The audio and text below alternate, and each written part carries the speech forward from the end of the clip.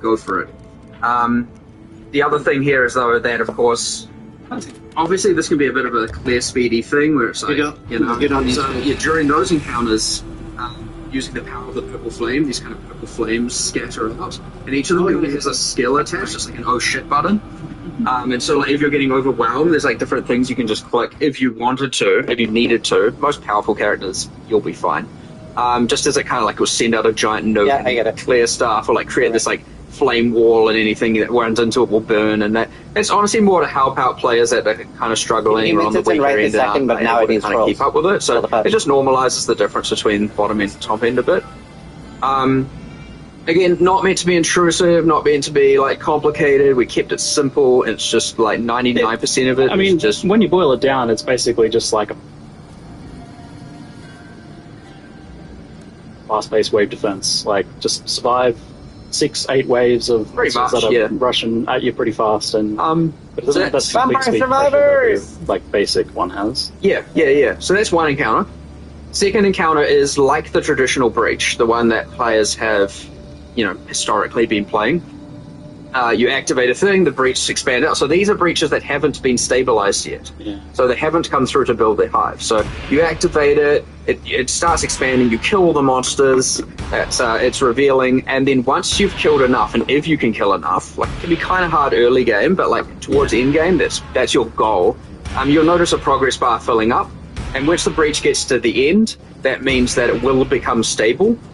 And so what's going to happen is when it becomes stable, the breach are going to send through their like difficult monsters, their elites, their enforcers, their front line to come through and secure the area, so they can send through their like little worker spiders to start building their hives. So this is like a yet to be a hive, and so you don't witness all of that. Generally, what you do experience is you kill enough monsters, and then in the center the portal activates, and a bunch of monsters and often a boss floods through, and so now you have to go back to the center and kill everything, defeat the boss, get the loot, and then everything drops then and there once you successfully do that.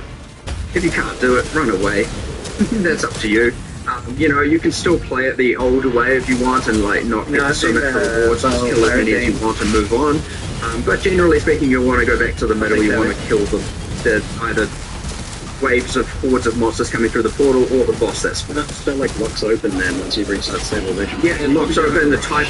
So that's another good thing. Yeah, so the existing breach, I mean, obviously it's pretty outdated and even imbalanced, and often people were killing the breach lords, the wild ones, in like a matter of seconds. But I wanted to make sure that boss fight didn't have a time condition. So once it stabilizes, that's it. Once you kill them, it closes. You have infinite time to kill that boss and fight those monsters. You're not just like, oh my god, I gotta do it. So like, it is a more substantial, and generally because you've cleared everything in that circle now, it's like almost like you created your own arena. You've got like a nice clear area where you can fight that boss and focus on killing that boss. Now he has minions in a regard, so those like thunderbang, or that mechanic's like also it's still in the martial obsession fight. He has some specific drones. Generally want to kill him, and then so that's encounter number 2. And then encounter number 3. I know it's going on a bit of a thing here, but these next to a bit quicker.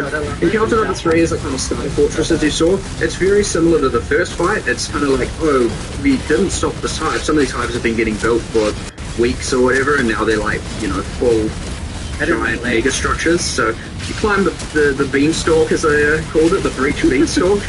You get up to the sky fortress, and honestly it's kind of just like a map of breach monsters. You clearing through. Now no timer at this point. You can just clear the area and leave, taking your rewards with you. But in the center is like the hive encounter, the very first one, like a wave-based encounter. It's just a lot more epic, and you have to, the same exact thing, except Aelith's like, it's going to take a lot more explosive power to destroy the rest of this hive and seal this portal, so you might want to get out of here. So generally speaking, once you've killed all the waves, you then have to get out of the area before Aelith burns the entire thing to the ground. Normally you can survive that, not in this case. You might want to get out of there. Once you do, you get all the loot. Sweet. You're not going to get that encounter too frequently, but it could be a little bit of fun, a little bit more action when you're trying to escape. And then the fourth encounter is pretty similar to that, except it's just an area with your pinnacle boss, your endgame boss fight.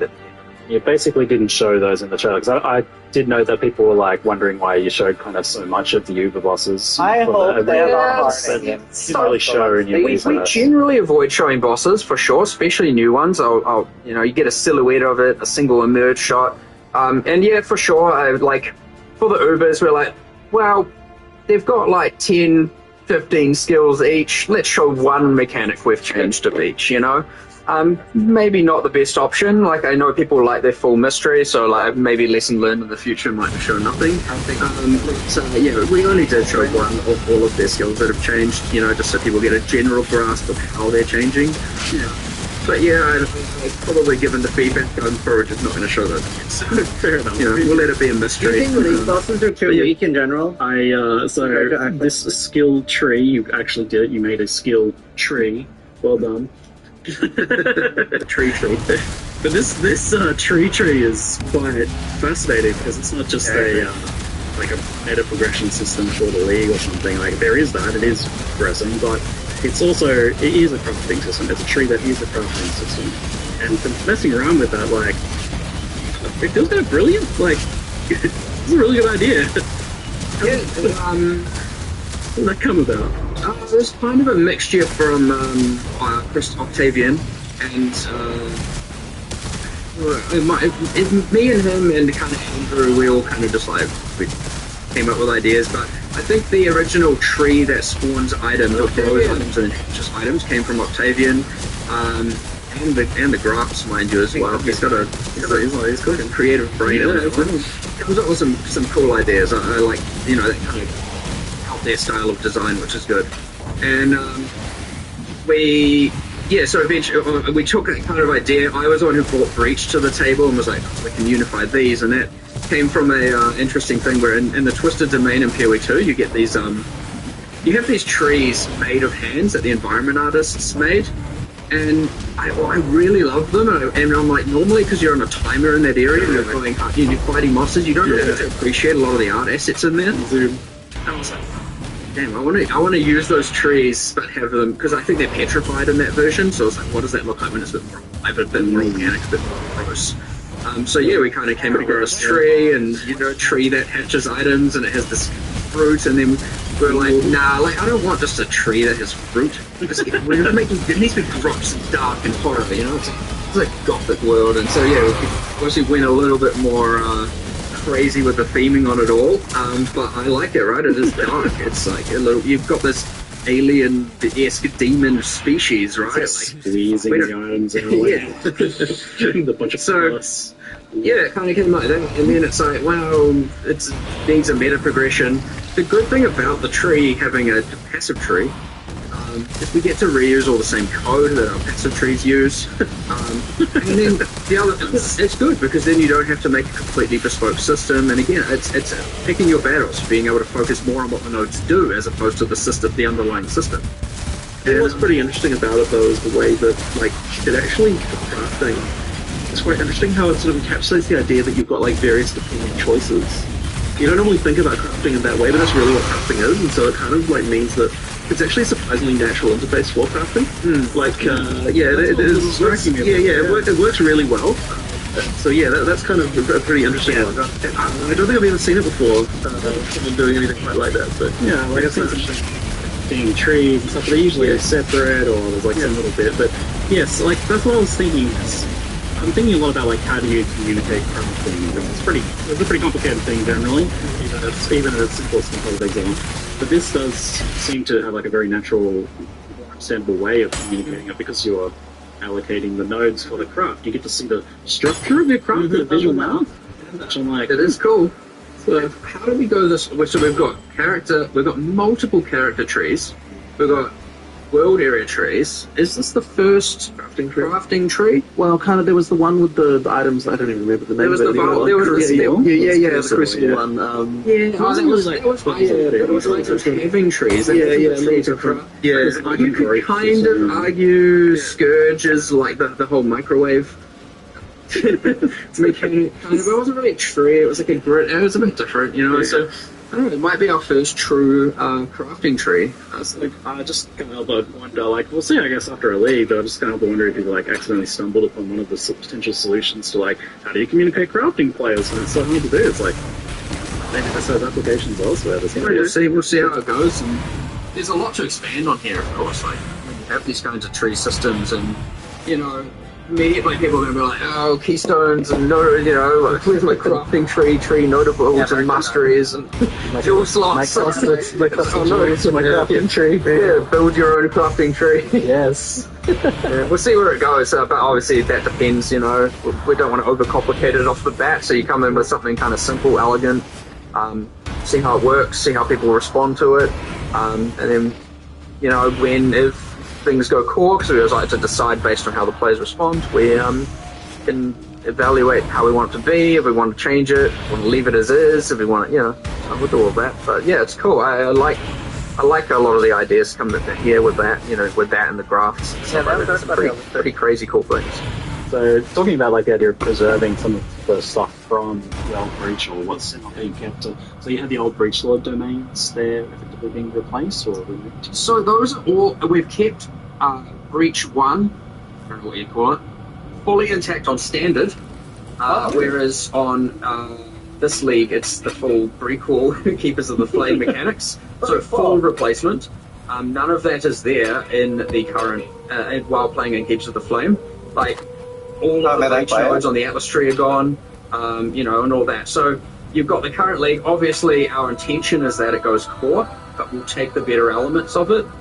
One interesting thing here is obviously we still have all the old stuff.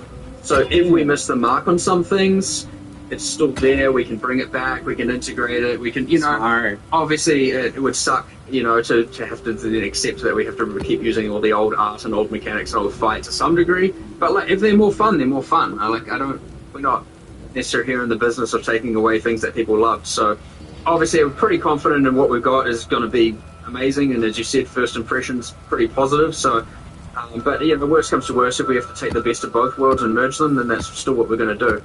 Now that being said, so yes, you don't have breach domains in Keeps the Flame. You've got all those new mechanics I described earlier. But that isn't to say there isn't a future where we have a Breakwall to the Breakwall, and we have, or an update, not necessarily another sequel, but you bring back some of those things that were good about it. So immediately I can see people coming to mind, but what about the uniques or the rewards? We have kept all of that. All of that can be spawned from the tree. You can grow pretty much all of it. Pretty much all of it. You can find. I won't reveal exactly how to do that. Nice. You can generally get all of the historic rewards from Breach from the new mechanic as well. Try to keep. Does this mean Breach Rings finally get a revamp? Wait, sitting there with the is the last? They got there. Is the last breeder just straight up legendary potential? Breach. Is that what it is? Given, that's only useful some small percentage of the time generally. Not good enough, so yes, the Breach Rings have been reworked. I believe the implicits are all max rares of the corresponding element types. The one that they wouldn't talk about. But I believe it also restricts or constrains the mods you can roll in it, so it's like the mysterious offerings, fire mods, etc. Cool. Really interesting. That's what it is. It's legendary. Unique crafting as well looked pretty wild. Like, I was pretty excited to see that. I expected it to be like it would remove a modifier and then just replace it with like a random rare modifier or something. But it seems like they didn't show the mysterious one. They said they would talk about it. Modifiers, like bespoke modifiers, even multiple, like those 2 core rain ones.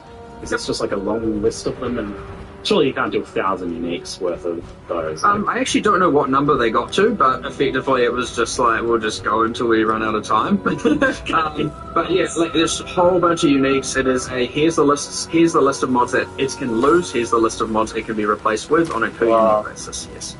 Again, not all the uniques, I almost assure you it won't be the majority, and obviously you're not going to be getting pinnacle boss uniques from here and stuff like that. Restrict it to things that have specific drop locations have specific drop locations. But yeah, that being said, it is a list. It would suck to, lose the key mod on an item. So generally speaking, we don't allow what gives that unique a full identity to be removed. A lot of it can be either the fluff stats, sometimes the downsides, some stuff like that. So yeah, we'll just see what happens there. If people love that, it would be the thing where we can add more and more and more and more, and then eventually they'll have an entire unique pool. So we'll just see how that goes. I'm already love it. It's already my favorite thing you've ever done. You can grow on yourself. I love that. I mean, just here, have an arm. Sure. Just plug it into your back. Why not? I mean, we were shoving rusty bits of metal in ourselves and stuff before, so why not continue with that?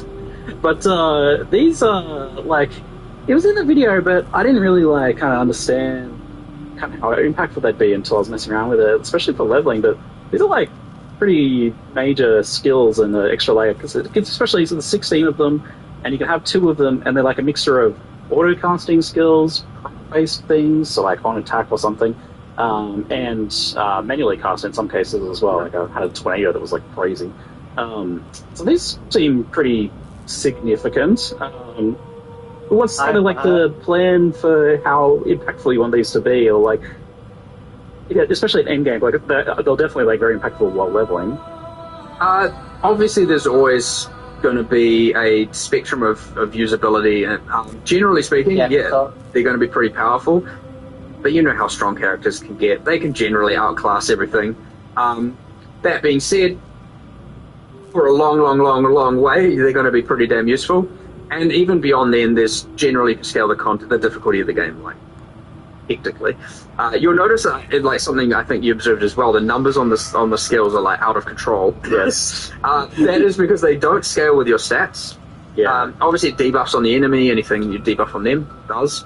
But yeah, they don't scale with your increases. The reason for that is that I wouldn't want it to be that if you're a spellcaster, you have to use one that's doing a spell.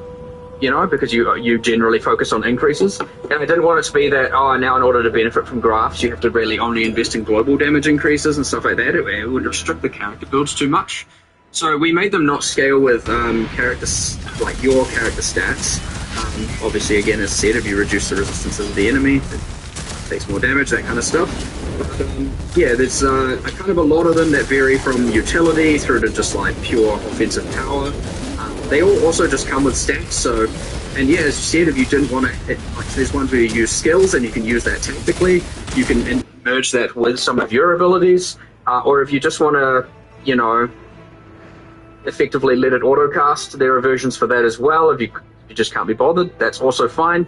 And honestly, if the worst comes to worst, at the end of the day, they still kind of just give some mods, and that's fine, and they are obviously used to, if you want to get one that just like specializes in harvesting more graft blood, that's also a thing you can do, because those systems are linked. Like the grafts do gain the graft blood, which is what you give to the Genesis tree to get the item. So there's kind of a nice interlink between. I mean, they should really be replacing the power that you had previously got from mercenaries, right? Like if the league needs to give you a something that's going to fit in that power curve, so therefore you can put it in a similar. They are mercenaries on your back. Yeah, you should say that. Yeah. That's what I was kind of thinking when I was messing. It's like, okay, so we're gonna have 2 of these. This definitely feels like how I was looking at the mercenaries and picking mercenaries that had like 2 really good skills. Right. It was kind of a similar idea. So the design of mercenaries is I'm a big fan of borrowed power. Somewhat than it seems. Sadly, you can't gear your arms. Can't put items Can't put a bunch of rings on. Gloves. Tell your arm to hold a sword. That would have been kind of fun. That would be pretty cool. The way Octavian explained the graphs to me was, he said, they're not you. And I'm like, somehow that's really creepy to hear. It's like, that is creepy. Attached to you, but they're not a part of you. But I was explaining the scaling, like, that's why they don't scale with your stats, because they're not you. They're given life forms, or don't benefit from your passive tree. We didn't do this, but we had a desire to do unique ones, which I thought was kind of going to be fun. We might do this later, like going core, we'll do it, but we're like, what if you, and I think it was Octavian's like, what if you had a leg growing out of your back? What does that mean? And I was like, what if you had like a good jacked quadrilla arm or something? Because I was like, you can just have unique ones where they have like just like deformations, and you can have like random, deformed crazy things going on, or like, I think I had a design. I was like, what if there was one that was like converted? You're like, I don't care about the league. It converts all graft blood to gold or something, and it's a kind of like cursed pirate treasure arm or something. you know, we'll see if that goes somewhere later. But I think that could be kind of fun to play around with. So. It's definitely some sort of like so biomutant kind of combining of limbs and genetics and stuff potential here, maybe. You're British. Later mechanic, right? Like nice to have these things you can expand on. 25. So. Yeah, so it looks like you can synergize with them, but you don't necessarily scale them directly, like you're saying. You can debuff enemies and things like that. While we hand down some of our additional questions, I've been noticing some that get mentioned a lot in chat that we'll kind of transition over to briefly. So WASD gets mentioned a lot, like if that's something that's planned for Path of Exile 1, if it's feasible, what goes into so in order, it'd be a big deal. In order for WASD to happen in POE 1, we need to get the rigs from POE 2. In order for that to happen, we need to finish moving all the microtransactions over, which has definitely been a bit of a slow task that we kind of need to get through. Yeah. And so effectively it would be like we do want to do that at some point, and then after that point we can make WASD for POE 1. But yeah, it's just a question of getting through all that work, and then we can do it. Like, I'm not against it by any means. It's just it's just, I mean, I want it to happen. It's just getting all those things moved over to the new rigs is the limiting factor. Yeah, and you want it to be kind of reaching a certain threshold. It seems like of quality. Well, I mean, so yes, you can do it. You can do it by just like where the character just rotates. Yeah. But I wouldn't say that gets the quality of that is really not great. Like, I don't think it feels good. I kind of want to make do it with the proper rigs that we get. And look, that would be so beneficial to everything anyway. Like, we're highly motivated to do that because it means that we don't have to rig a bunch of stuff for the old rigs anymore, which a bunch of artists would definitely appreciate. We will get that done. And then it's going to take a while. Like, it could be the biggest benefit from the rigs is just that we're going to then be able to actually do a lot more new skills. Animation in POE 1 as well that actually use new animations, and it's not going to be an absolute nightmare to try and make. So that's going to be epic when we actually get to that point and can just be like, okay, floodgates open, let's go and make a whole bunch of new skills that are using new animations. Because you'll notice, even though we have a bunch of new skills on this patch, it's all using the existing animations and different means of delivering it. So generally speaking, we have kind of your spell projectile, spell AoE, spell buff. They kind of separate into all these categories. Yeah. And so when you generally do a buff, you just use the buff one, and AoE use AoE one. But as a result, we don't have just cool bespoke things where you do a flip while doing doing crazy stuff like that. We're not going to be able to really get that in POE 1 just because the cost is insane to animating that. You've got to do that on 7 different characters, 7 different rigs. With every single weapon set. And because generally POE 1 doesn't have as much restrictions on the weapons to skill association, you'd be like, it's not great. It's really not great, and it would be like the cost of doing that would mean we'd have to do so much less other stuff. I mean, just a random tangent on why the rigs would be beneficial as well. Like, immediately I'm just, oh, please, I want to do new skills that are. But we will do it eventually. It's just all this stuff. Yeah, it's an interesting insight that you've even planned to bring this POE 2 rigging system over to POE 1 animations and stuff like that, because that indicates that the future of Path of Exile is not very static visually. Like, obviously we're seeing new stuff getting ported back, but potentially a lot of stuff getting remade and updated, and it's anticipated to change a lot in that regard. Well, I mean, it just for no other reason that it makes our lives easier, we need to do it. But yeah, there are side effects making the game look better too, which I guess is good. So another thing I saw mentioned in chat often was asking for trial of the immune system, and what's the plans or status of that. I mean, we want to do it. That ultimately is just a resource thing again. It's one of those ones that it can't be one-to-one. It was too gameable, too solvable. And it got to a point where I was like, this is the strat you do. We need to fix a bunch of stuff with it. It's not out of question. It's honestly just whenever we assess the scope, it comes up all the time. It's like, oh, we could do this, or this. What do we? And it's always going to come at a cost to something, and it just has been so far. At least 326, 327, that we've wanted to make sure that we had other priorities, I guess it's safe to say. That's fine. So it'd be a priority. TBD, who knows? these every single time. We don't like plan too far in advance with the stuff, so generally when we the next league or the next 2 leagues with the discussions, it's like we have a list of things that we could do. It's in that list. I'm sure it'll come up at some point. So feel free to be coy about this, but it seems like since something similar is occurring in World War II, that might help you kind of like solve some of these questions in the POE1. So maybe that gives people an idea. Well, as I said once, if obviously as it could do with respect to POE2, but if we manage to go down that route, we get to do the exact same thing we did with Breach here, which is that we have all the bosses made, and a lot of art made, and a lot of encounters. So even if it doesn't appear the exact same way, it'll allow us to do a massive shortcut, which would mean that all of a sudden it is way more possible to add as a feature without having to compromise too much else. So yeah, excellent. Alright, let's talk Endgame. I'm sure you're anticipating the discussion on Tier 17 modifiers, modifier design, their addition to management, heuristic scarabs, and the modifier effects. So I list all these things out because they all come together to form a bit of a tangled mess of late Endgame. And I'm just curious, like, before we even get into like what people are asking, what people are saying about it, I'm curious what your guys' thoughts are on this topic, I guess, of Tier 17 modifiers and their impact on the endgame. The main thing I'd say there, like just as an overall view on it, is that like T17s, there's this tension between, like, it is not a good place to be when there's a tension between what players are enjoying and what the thing you want to try and do is. Like, that's like a problem that needs to be resolved. So effectively it's like, what T17s are supposed to do in theory is something that we want, which is to say, like, that like you get something that you don't necessarily like want to have to play against, and like you have to actually you have to deal with it or come with a way to get around that. But in practice, players don't want to do that, so there's something clearly wrong here. So something does need to change, but it's a little bit tricky to come up with something that we want to, like, that both sort of satisfies our desires for, like, like interesting challenges that are different each time that you play them. That, like, all the, there's like new and interesting things you encounter, but yet also something the players actually like. So there's a problem for sure. What is your desires for Tier 17?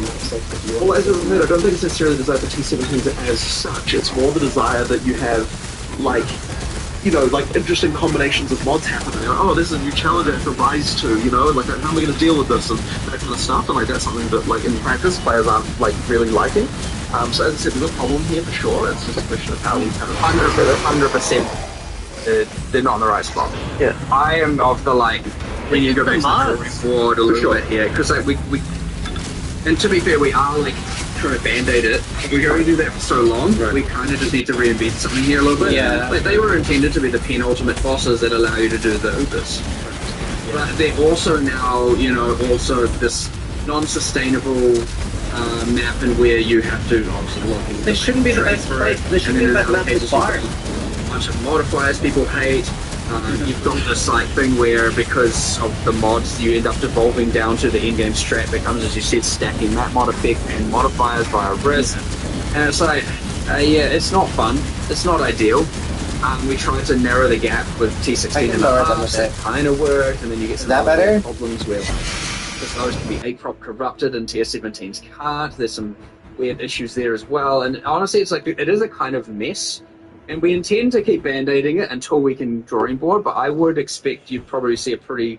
I think it needs a full redesign. Yes. It needs a full redesign to try and see if it's the way to both achieve what we're hoping to achieve, but also make the players not dislike it, right? So is this maybe like separating out what you're trying to do with the Tier 17 modifiers and what you're trying to do with this penultimate... Like, they need Tier 17s for mapping and Tier 17s for busting, and they should not be the same. At the very least.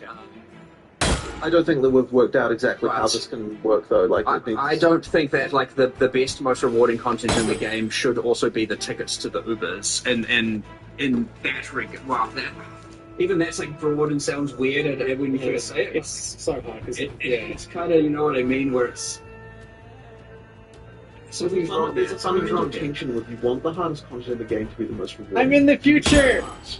Like, in order to do that, there's all sorts of incentives that come into play that mean that people don't like it when, like, there's a map now that you can't run because the mods are not good for you and that kind of stuff. And like, so then there's also Yeah, it's just it's a problem. It's been a little bit of a massive problem. It's a problem. Any individual part of this I look at, I'm like, well, this is actually okay in some certain Right. Like, it's okay for there to be some modifiers. Right. Like, actually, I think you guys said something. It's okay for there to be some modifiers that are like better colored. But in the moment that it's like a huge PLG. Yeah. That you're immediately like you're You get the thing right now where you stack the risk scarabs, and then it's like, okay, only Trickster and Juggernaut can play it as a way of it's perceived, and So bad. you know, it's, again, we are changing a lot of these variables, by the way. We're not just leaving it for 327. Like, we are changing risk scarab, we are changing some stuff around that mod effect, we are changing. You know, there are bits and pieces changing. I'm not going to stop band-aiding just because we have a grand plan for the future. I love that. Well, we have an absence of a grand plan, a desire to have a grand plan. But we will. A grand desire, you guys. I know I shouldn't be promising content in the full expansions because variables always change, but I'll be very surprised if we don't do a more drastic shift in 328 to solve this problem, because it's now long enough that it's not worth it. So obviously, hopefully the changes we are making improve things in a pretty meaningful way, just shake up the meta a little bit. But yeah, there's still going to be some woes, and but hopefully people can be excited for the whatever the thing is to come. But it shouldn't be too hard for us to come up with something. Honestly, similar to how we did 031 for POE2. If we can come up with something that is just like a universal success and like it's blatantly a win and doesn't lower the value of people's economy mid-league and stuff like that, I wouldn't be against if we can come up with something for the option to design it soon. If we come up with something or a piece of that something to deploy mid-league, I will push for that. We'll just have to see if that's something we can. We don't know that for zero. Because often these things will mean like, oh, now all of X is value. And I don't want to like ruin people's mid-league economy and wealth and just destroy it because we decided we're going to make a change. So there's considerations to make. Speaking of updating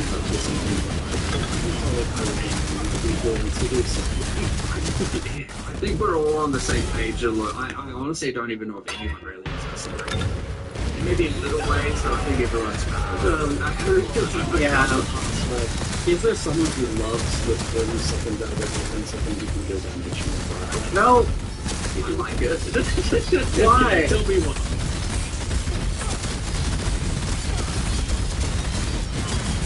Hi, baby. No, I'm still watching the stream. They're doing the Q&A part now.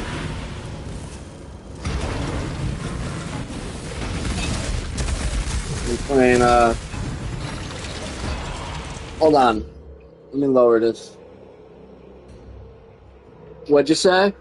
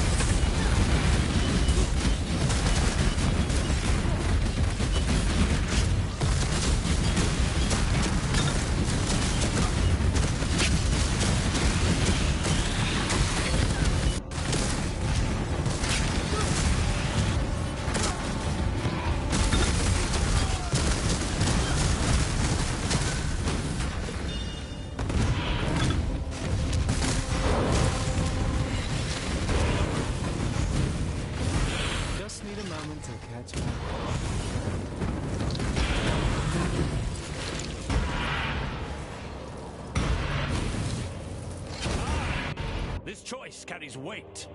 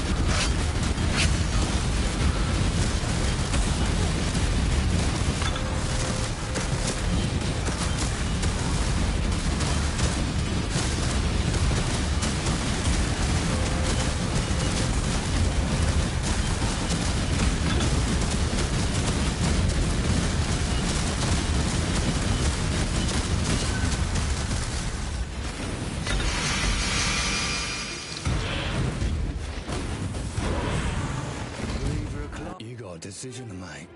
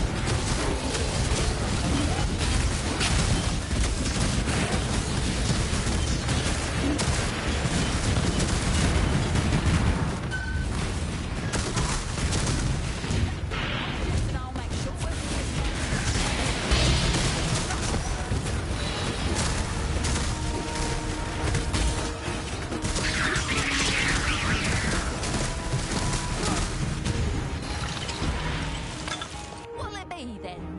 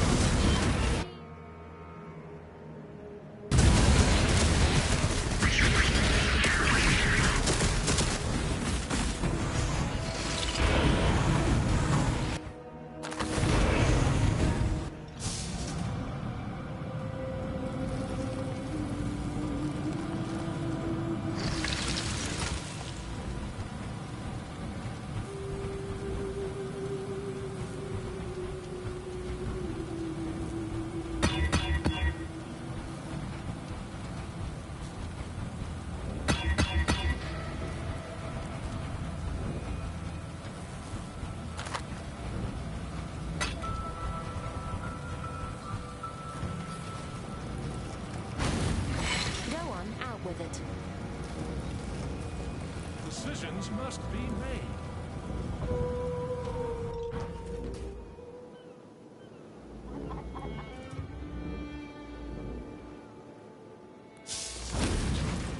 No good. Have you got it? Oh, it's you. Not bad, not bad. Welcome to the forge.